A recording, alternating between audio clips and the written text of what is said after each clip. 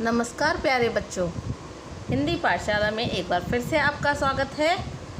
पिछली हिंदी की कक्षा में हमने सीखा था हमारा व्यंजन म से मछली, म से मछली, म से मटर, म से मगरमच्छ, म से मकड़ी।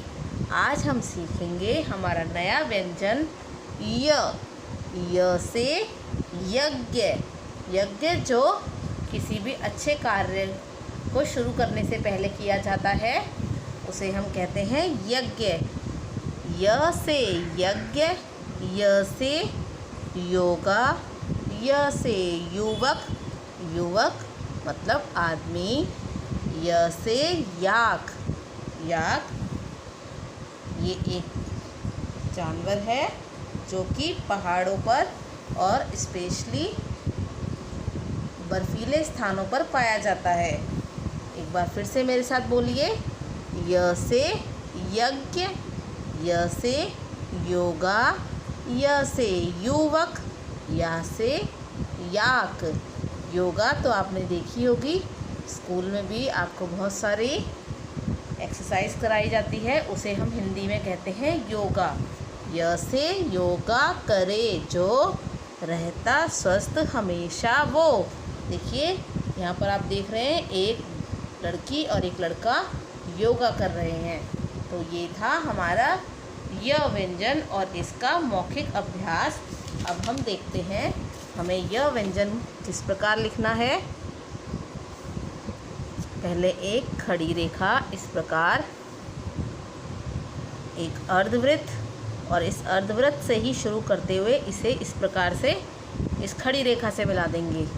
एक बार फिर से देख लीजिए, एक खड़ी रेखा इस तरीके से, एक अर्धवृत्त ऐसे बनाइए और इस अर्धवृत्त से ही इस तरफ जाएंगे। एक बार फिर से देखिए, एक खड़ी रेखा, अर्धवृत्त इस तरीके से, और अर्धवृत्त से इस तरफ एक और तिरछी रेखा ऐसे, ये बन जाएगा य से यज्ञ। इसी तरीके से आप भी बनाइए बच्चों, प्रैक्टिस कीजिए। Practice makes man perfect. खड़ी रेखा, अर्धवृत्त, और अर्धवृत्त से इस तरफ इस रेखा ले जाना है आपको खड़ी रेखा के पास तक। दोबारा देख लीजिए, खड़ी रेखा,